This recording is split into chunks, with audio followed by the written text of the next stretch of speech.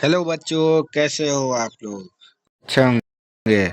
चलिए तो आज के वीडियो को शुरू करते हैं। आज हम लोग क्या जानेंगे, मानव भूगोल और भौतिक भूगोल में अंतर। पहले वाले वीडियो में हम लोग पिछला जान चुके थे, इसलिए आज हम लोग मानव भूगोल और भौतिक भूगोल के बारे में जानेंगे। ठीक है, तो वीडियो को अंत तक जरूर देखिएगा। लास्ट तक वीडियो देखिए, आप ही का फायदा होगा, मेरा नहीं। ठीक है, तो वीडियो को अंत तक जरूर देखिएगा। चलिए शुरू करते हैं। देखिए, मानव भूगोल कह रहा है और भौतिक भूगोल। ठीक है, मानव भूगोल और भौतिक भूगोल। तो क्या हो जाएगा, भौतिक भूगोल में पृथ्वी पर उपलब्ध प्राकृतिक संसाधनों का अध्ययन किया जाता है। ठीक है, भौतिक भूगोल में पृथ्वी पर उपलब्ध संसाधन का अध्ययन किया जाता है और मानव भूगोल में पृथ्वी का संबंध से अध्ययन किया जाता है। ठीक है, पृथ्वी के संबंध का अध्ययन तो मानव भूगोल में। इसमें वायुमंडल, जलमंडल, जैवमंडल, भूकंप, चट्टान, ज्वालामुखी के बारे में अध्ययन करते। ठीक है, भौतिक भूगोल में। और मानव भूगोल में क्या है, इसमें मानव की सभी क्रियाओं का वितरण का अध्ययन करते हैं। ठीक है, चलिए आगे बढ़ते हैं। मानव भूगोल की प्रकृति, मतलब मानव जो भूगोल है उसकी प्रकृति कैसी है। ठीक है, मानव भूगोल की प्रकृति कैसी है।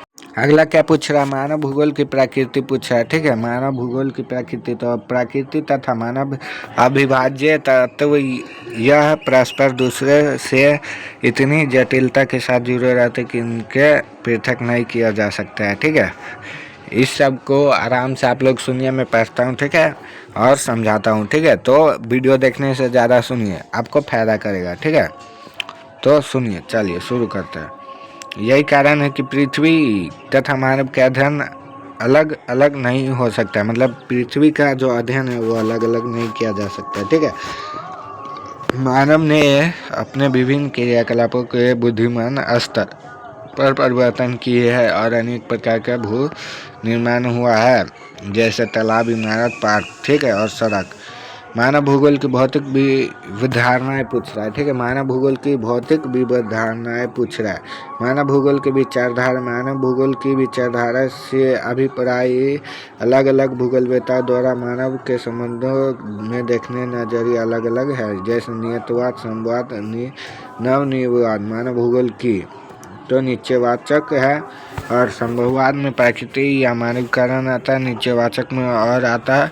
इसके आप लोग स्क्रीनशॉट ले सकते हैं, पीडीएफ का हम दे देते हैं आपको, स्क्रीनशॉट ले लीजिए, लिख लीजिएगा बाद में। ये नियतवाद, निश्चयवाद क्या है, यह विचारधारा मानव भूगोल की प्रारंभिक विचारधारा में से एक है। ठीक है, अगला, इसमें उन मानव का जिक्र किया गया है जो आदि था और प्रकृति में पृथ्वी से डरता था। मतलब कि प्रकृति से डरता था। ठीक है, मानव अपने आप, देखिए स्क्रीन पर देखिए, मानव अपने आप को पृथ्वी पर रूप ढाल लिया था। ठीक है, अरूप ढाल लिया था, क्योंकि वह प्रकृति को प्रभावित नहीं करना चाहता था। ठीक है, वह प्रकृति को क्या प्रभावित नहीं करना चाहता था। ये प्रकृति इसको, जैसे ये एक पेड़ हो गया तो इसको प्रभावित नहीं करना चाहता था। ठीक है, ये पेड़ हो गया तो इसको प्रभावित नहीं करना चाहता था। ठीक है, इसीलिए अब क्या, नियतवाद की विशेषता है, इसमें मानव के विकास के, मतलब कि मानव के विकास के बराबर था। मतलब कि नियतवाद में क्या है, मानव के विकास के बराबर था। इसमें प्रौद्योगिकी का स्तर भी निम्न था। ठीक है, इसमें प्रौद्योगिकी का स्तर निम्न था। मानव प्रकृति की सुनता था, उसकी पूजा करता था तथा उससे डरता था। ठीक है, उसकी पूजा करता था और उससे डरता था। मानव पूर्णतः प्रकृति पर निर्भर था, किसी रूप में प्रकृति को प्रभावित नहीं करता था। मतलब पहले के जो मानव थे वो प्रकृति को प्रभावित नहीं करते थे। ठीक है, इस विचारधारा के अनुसार प्रकृति मानव की सबसे शक्तिशाली है, वह मानव के अनुसार चलती है। और आप लोग इतना वीडियो देख लिए तो थोड़ा सा और वीडियो है, अंत तक देख कर जाइएगा। ठीक है, तो अंत तक वीडियो में बने रहिए और स्किप नहीं करिएगा, वीडियो को दोगुना करके देख सकते हैं। ठीक है, अब देखिए नोट्स में लिखा है, नोट्स, ये नोट्स है जो इसको आप पढ़ते हैं। ठीक है, इस नोट को आप लोग पढ़ लीजिएगा। देखिए, स्पेशल के अनुसार मानव प्रकृति का दास था। ठीक है, स्पेशल के अनुसार मानव प्रकृति का दास था। उदाहरण के लिए पुराने समय में वर्षा नहीं होती थी, मानव सिंचाई के अन्य अन्य साधन ढूंढ कर पृथ्वी की पूजा करने लगता था ताकि पृथ्वी खुश होकर बारिश खेती कर सके और हो सके। संभववाद में क्या है?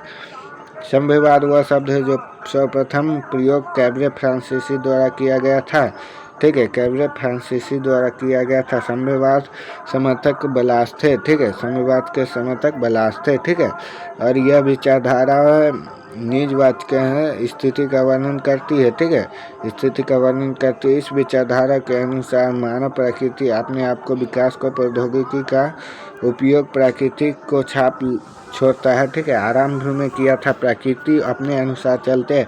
इस विचारधाराओं के मनुष्य को दासता का अंत हो गया, स्वतंत्रता रूप में रहने लगे। मानव प्रकृति का उपयोग साधनों का उपयोग करना सीख लिया था। ठीक है, मानव प्रकृति का उपयोग करना सीख गया था। जैसे उदाहरण में पृथ्वी पर अधिक गर्मी पड़ने ने एसी और कूलर का आविष्कार कर दिया। मतलब कि पहले के मानव एसी कूलर नहीं चलाते थे, लेकिन अब के मानव एसी और कूलर को चला दिया। जैसे ये एसी है, ये कूलर है। ठीक है, कूलर भी रहता है, इस दोनों को कनेक्ट कर दिया जाता है तो बहुत ही ठंडी लगती है। ठीक है, इस प्रकार से संवाद में आ जाएगा।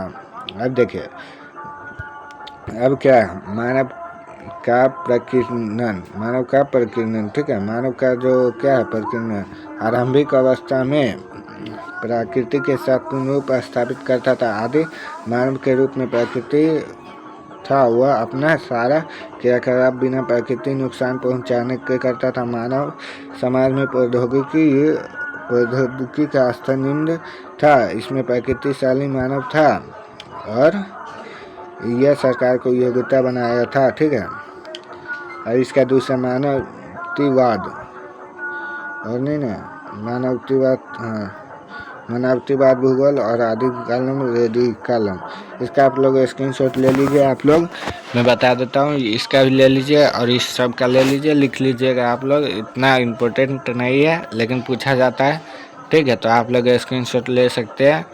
हम आगे करते, इसका भी ले लीजिए और इसका भी, और ऑब्जेक्टिव के आप सीधे और चलते। ठीक है, ऑब्जेक्टिव के और तो आप लोग ऑब्जेक्टिव टाइप का क्वेश्चन देख लीजिए इसी वीडियो में। ठीक है, ऑब्जेक्टिव टाइप क्वेश्चन। ठीक है, ऑब्जेक्टिव टाइप क्वेश्चन को आज हम लोग रगड़ देंगे। ठीक है, पढ़ लेंगे। ठीक है, इसको हम लोग पढ़ लेंगे, जितना से ज़्यादा हो सके इसको पढ़ लेते। क्या, इसको पढ़ लेते हैं। चलो, तो पहला क्वेश्चन क्या है? मात्रात्मक क्रांति किससे संबंधित है? ऑप्शन देखिए, मानव भूगोल से, भौतिक भूगोल से, ए बी दोनों से, इनमें कोई नहीं तो भौतिक भूगोल हो जाएगा। ठीक है, मात्रात्मक क्रांति किससे? भौतिक भूगोल से। किस भूगोलवेता ने देश का वर्णन जीवित रूप से किया है? तो जर्मन भूगोलवेता। मानव भूगोल समाजों के धरातल के बीच संबंधों का संश्लेषण अध्ययन करता। मानव भूगोल की परिभाषा कितना दी? रेटजल ने। ठीक है, भौगोलिक पर्यावरण तथा मानव क्रियाकलापों के प्रारंभिक अध्ययन ही मानव भूगोल का विषय। यह किसने किया?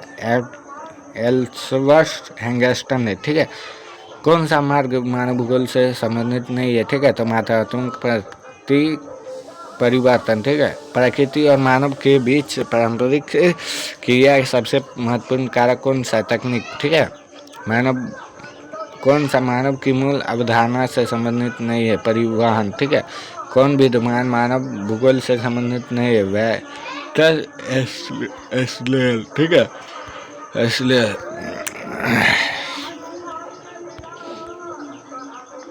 किस भूगोलवेता ने एक नई संकल्पना प्रस्तुत की जो एक विचारधारा और संभववाद की मध्य को परिलक्षित करता है? तो टेलर ने। ठीक है, टेलर।